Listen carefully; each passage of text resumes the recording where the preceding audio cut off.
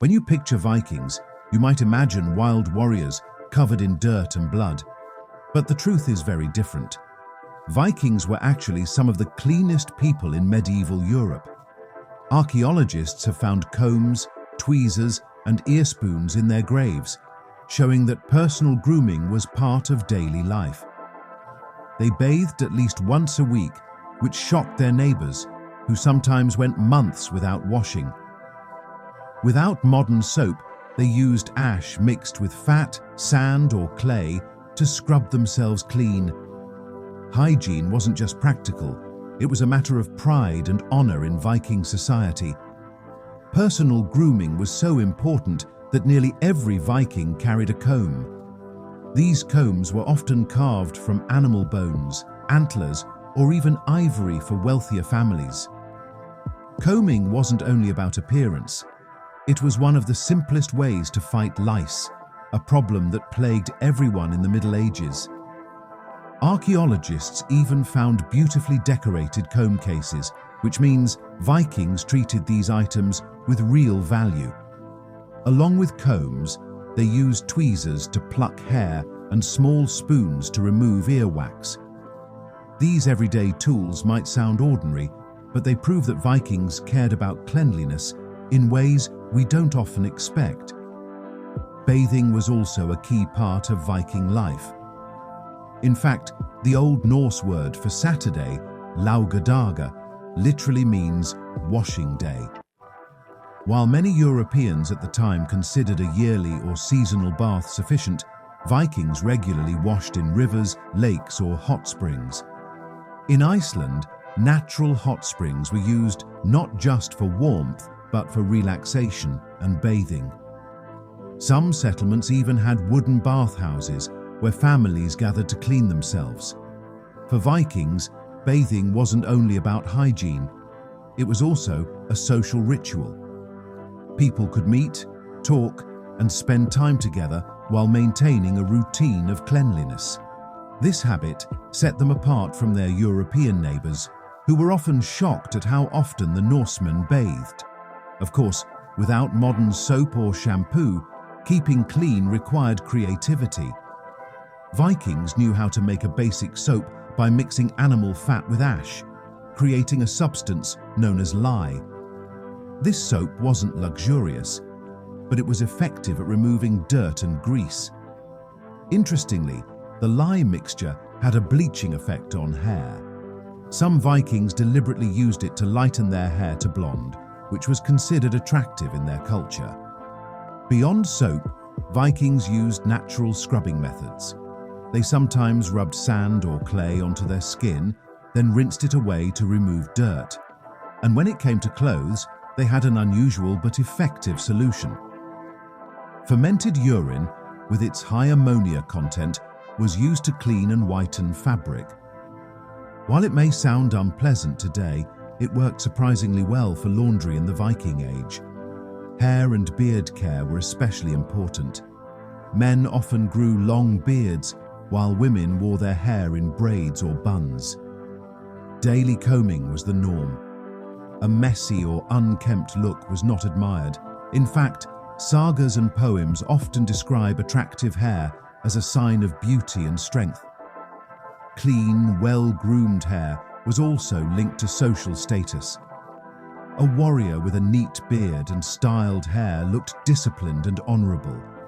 Even lice, a common problem, could be controlled with regular combing and washing. The use of lye soap to bleach hair not only made Vikings stand out visually, but also reduced parasites.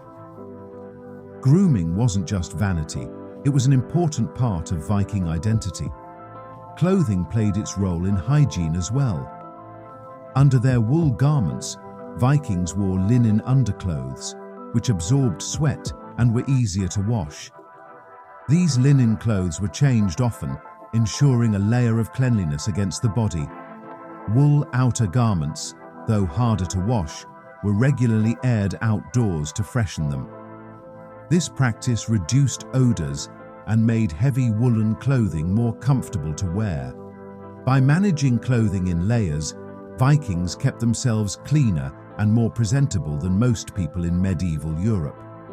It's worth noting that their cleanliness was noticed and sometimes criticized by others. In England, some monks wrote that Viking men were too attractive to local women because of their hygiene. Regular bathing, neat clothes, and well-kept hair made them appealing compared to local men who bathed less often. What outsiders saw as vanity, Vikings saw as pride. Appearance was tied to honor. A dirty or neglected look could signal laziness or weakness, qualities that were not respected in Viking society. Cleanliness, therefore, was more than comfort. It was a way of showing discipline and self-respect. Even their homes reflected this attitude toward cleanliness. Archaeologists have uncovered soapstone vessels, wooden buckets, and simple washing tools in Viking settlements. These items weren't rare or ceremonial. They were everyday objects, showing that washing and grooming weren't limited to festivals or special occasions. Instead, cleaning was woven into the daily rhythm of Viking life.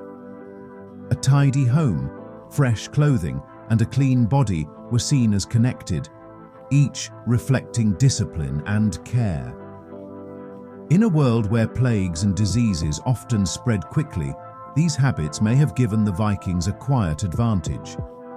By keeping their surroundings and themselves cleaner than most of their neighbors, they reduced risks of infection and stood out as healthier, stronger people.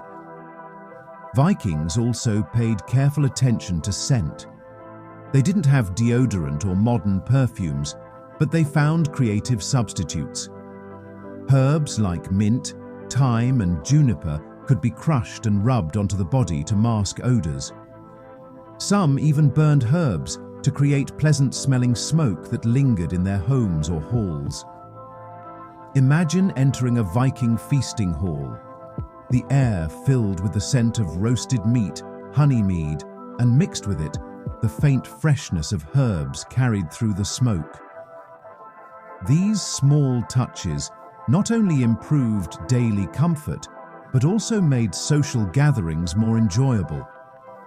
By controlling scent with natural methods, Vikings showed once again that hygiene was more important to them than history often suggests.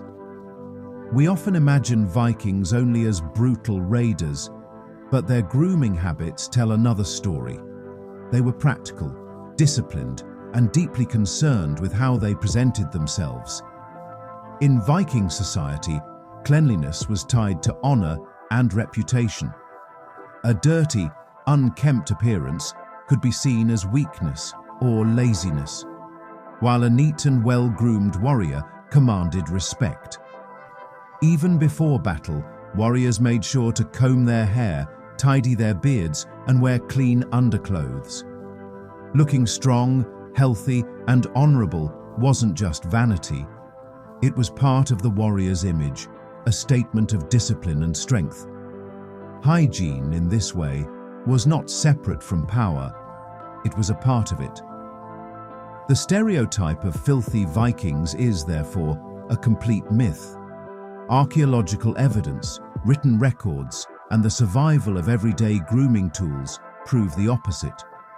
Vikings bathed regularly, kept their hair neat, washed their linen, and used creative methods to manage hygiene in a world without modern products.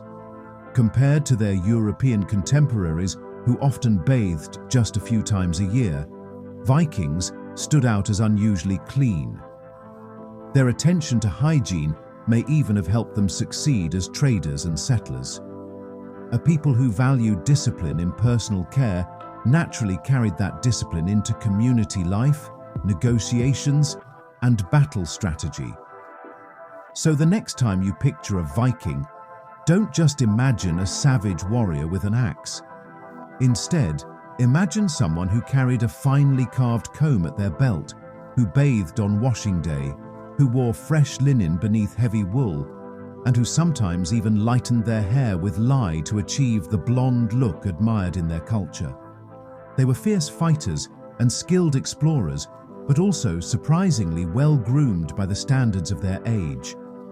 No modern soap, no hot showers, no deodorant, yet still a people who built a culture of hygiene that set them apart. In many ways, the Vikings were not only ahead of their time in sailing and exploration, but also in personal care, proving that cleanliness and discipline went hand in hand in their world.